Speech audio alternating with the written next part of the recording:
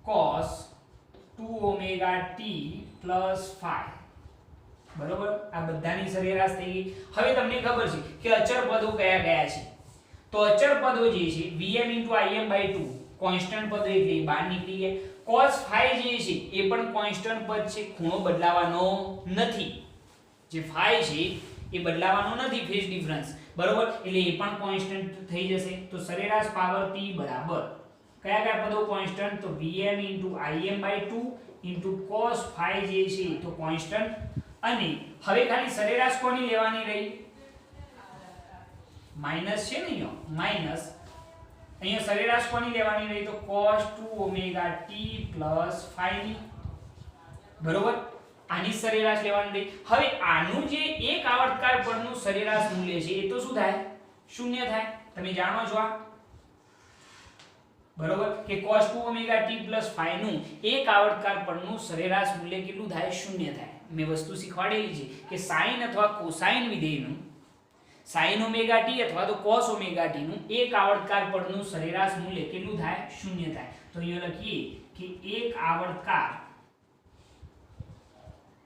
પરનું સરેરાશ મૂલ્ય કેટલું થાય શૂન્ય બરોબર એટલે આનું તો 0 થઈ ગયું આનું કેટલું થઈ જાય 0 તો વધ્યું શું જે વધે આપણે લખવાનું છે બરોબર તો અહીંયા આગળ આપણે દર્શાવીએ ચલો આ કાઢી નાખીશું હવે ઓકે આને કાઢી નાખીએ નોટ કરી લેજો આ વસ્તુ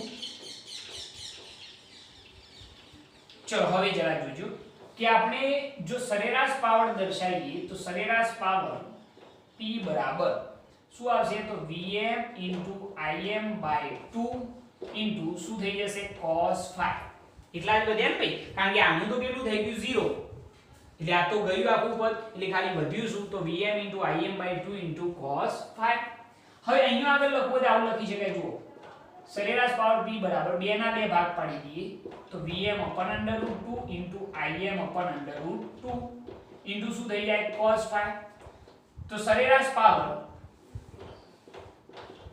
p બરાબર શું થઈ જાય vm / √2 એટલે કે શું કહેવાય vrms * im / √2 શું થઈ જશે irms શું થઈ જશે cos 5 થઈ જશે ખ્યાલ આવ્યો આની અંદર vm / √2 શું થયું vrms im / √2 શું કહેવાય irms આ સૂત્રો આપણે તારવેલા છે શું થઈ ગયું cos 5 તો આ જે મળ્યો એ આપણો શું છે ભાઈ વાસ્તવિક પાવર જે ઈઝીલી તમે સમજી શકો છો આની અંદર કોઈ તકલીફ ના પડવી જોઈએ બરોબર તમે જે તત્કાલીન પાવરનું આ સૂત્ર બનાવ્યું બરોબર એની અંદર આપણે એનું સરેરાશ મૂલ્ય ધ્યાનમાં લેવું પડે કારણ કે તત્કાલીન પાવર જે છે એ માપી શકાતો નથી તો સરેરાશ પાવર આપણે જેવો લીધો સરેરાશ લીધી છે તો એની અંદરથી કોન્સ્ટન્ટ પદો કયા કયા છે તો vm * im/2 cos 5 તો માઈનસ ખાલી સરેરાશ આની જ બાકી રહે અને sin ઓમેગા t અથવા તો cos ઓમેગા t નું એક આવર્તકાળ પરનું સરેરાશ મૂલ્ય કેટલું થાય શૂન્ય થાય એટલે કે આનું જે સરેરાશ મૂલ્ય છે એ કેટલું થઈ જાય શૂન્ય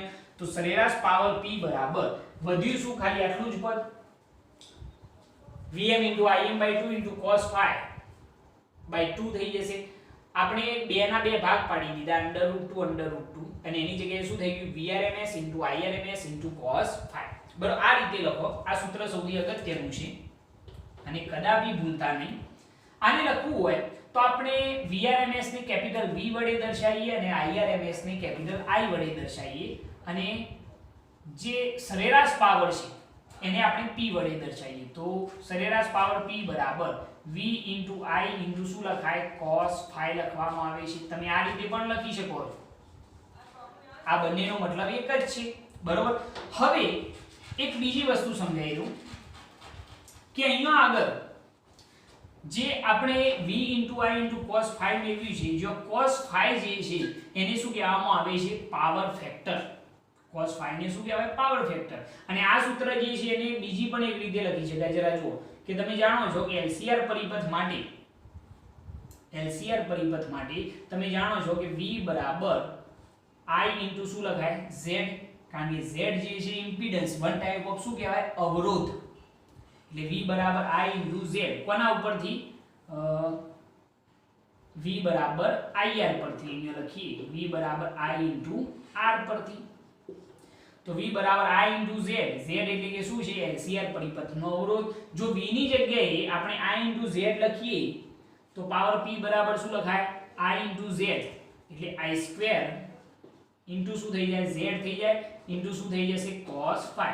આની બહુ જરૂર નથી પરંતુ એક મહત્વનું સ્ટેપ છે એટલે મેં અહીંયા આગળ દર્શાવી દીધું છે. ઓકે, એક બીજી વસ્તુ કે જે આ cos phi છે એ cos phi ની જગ્યાએ શું લખી શકાય એ વસ્તુ પણ આપણે સમજી લઈએ. તો આપણે જાણીએ છીએ કે તમને મેં એક સૂત્ર બતાવ્યું હતું tan phi નું, બરોબર. અહીંયા આગળ જે ફેઝ ડિફરન્સ phi છે એ ક્યાંથી આવે છે એ વસ્તુ સમજાવી દઉં. તો એના માટે મેં તમને એવું શીખવાડ્યું હતું તમારે આ રીતનો એક ગ્રાફ યાદ રાખવાનો છે.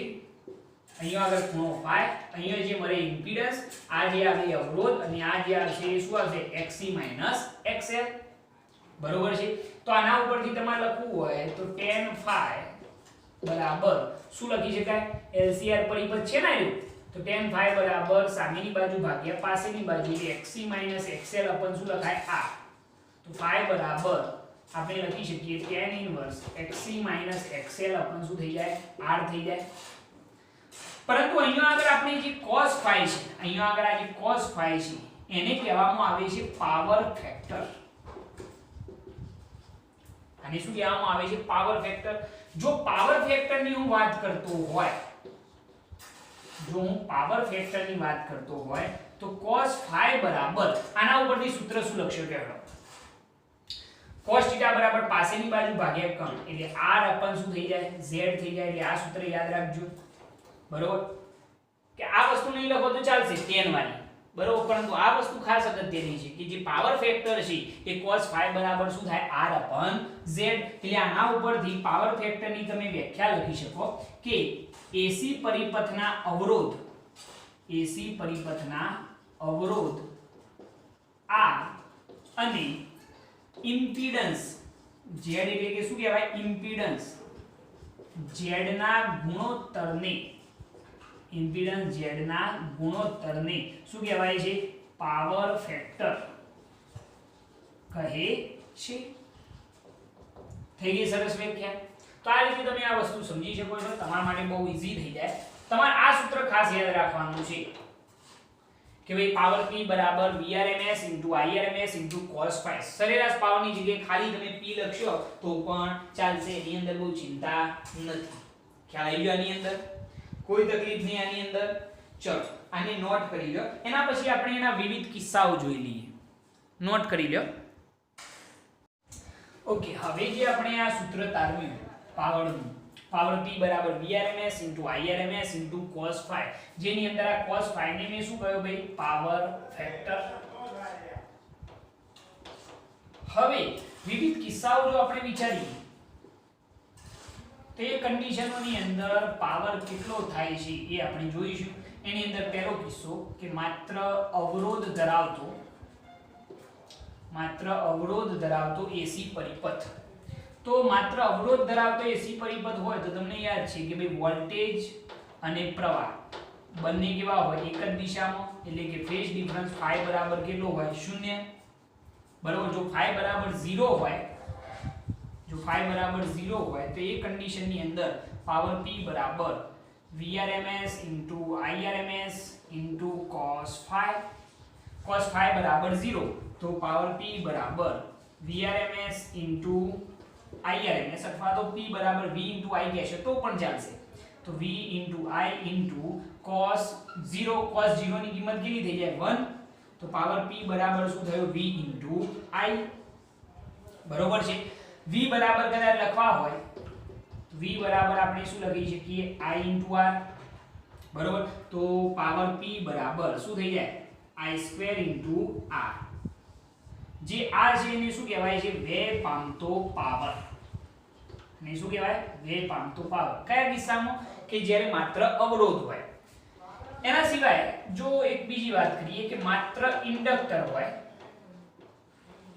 માત્ર ઇન્ડક્ટર ધરાવતો AC પરિપથ, તો એની અંદર તમને યાદ છે કે ફેઝ ડિફરન્સ phi બરાબર કેટલો થાય π/2.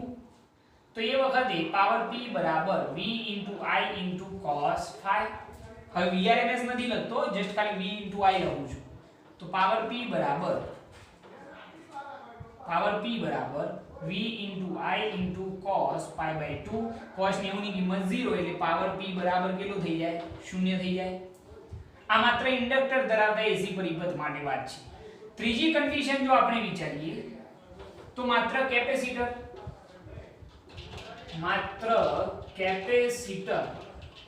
ધરાવતો એસી પરિપથ હોય તો એની અંદર પણ સાહેબ યાદ છે કે ફેઝ ડિફરન્સ કેટલો હોય π/2 એટલે ભાઈ યાદ છે ને આની ઇન્ડક્ટર ની અંદર શું હોય યાદ કરો કે પ્રવાહ જે છે એ પ્રવાહ π/2 જેટલો વોલ્ટેજ કરતો શું હોય પાછળ હોય। યાદ આવ્યું કે ઇન્ડક્ટર ની અંદર પ્રવાહ જે છે વોલ્ટેજ કરતો π/2 જેટલો શું હોય પાછળ હોય અને કેપેસિટર ની અંદર પ્રવાહ જે છે આગળ થઈ જાય કોના કરતો વોલ્ટેજ કરતો π/2 જેટલો આગળ હોય। તો એની અંદર જો આપણે પાવર p શોધીએ તો પાવર p બરાબર v * cos ∅, તો પાવર p બરાબર v * i cos ∅ ની કિંમત π/2 તો પાવર p બરાબર કેટલો થઈ જાય 0। ટૂંકમાં આને વોટલેસ પાવર કહેવાય। આને શું કહેવાય વોટલેસ પાવર। કોઈ પણ જાતનો પાવર આપણને મળતો નથી। હવે ચોથી કન્ડિશન હું અહીંયા આગળ વિચારી લઉં LCR પરિપથ માટે। હવે LCR પરિપથ હોય તો એની અંદર મેં તમને શીખવાડ્યું હતું કે cos ∅ કઈ રીતે શોધવાનો। યાદ કરો કે આ રીતે એક આલેખ યાદ રાખવાનો મેં કહ્યું હતું। અહીંયા આગળ ખૂણો ∅, આ ઇમ્પિડન્સ Z, આ અવરોધ R અને આ શું થાય XC - XL। યાદ આવી આ વસ્તુ? ઓકે, તો આના ઉપરથી તમે tan ∅ તો શોધી શકો, પરંતુ જો cos ∅ શોધવા હોય તો cos ∅ બરાબર શું થાય cos ∅ બરાબર પાસેની બાજુ ભાગ્યા શું થાય કર્ણ। cos ∅ બરાબર r अपन શું થાય z થઈ જાય। આવું થાય ને? ઓકે, હવે z બરાબર જો આપણે લખવા હોય તો શું થાય જરા વિચારી લો। z બરાબર LCR પરિપથ છે તો ઇમ્પિડન્સ r² + xc -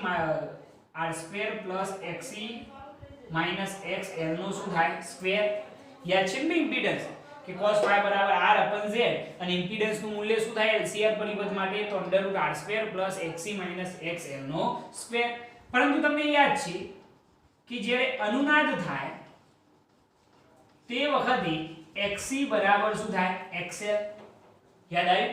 જ્યારે અનુનાદ થાય તો એ વખતે xc બરાબર શું થાય xl। તો એ કન્ડિશન ની અંદર તમે કહી શકશો કે cos ∅ બરાબર શું થઈ જશે બોલો r upon ઇમ્પિડન્સ નું મૂલ્ય કેટલું થઈ જાય આ બંને સમાન થઈ ગયા તો બંનેનો ડિફરન્સ કેટલો 0 0 નો સ્ક્વેર 0 તો r² નું વર્ગમૂળ ખાલી નીકળશે એ કેટલું થઈ જશે r થઈ જશે। તો cos ∅ બરાબર r upon r ઉડી જશે એટલે cos ∅ બરાબર કેટલા થઈ જાય 1 એટલે ફેઝ ડિફરન્સ ∅ બરાબર કેટલો થઈ જાય 0 ડિગ્રી। બરોબર, LCR પરિપથની વાત છે।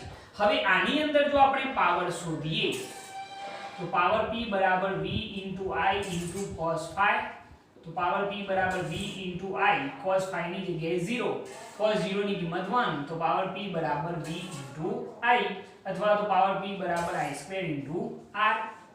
બરોબર, જે વેવ પામતો પાવર છે।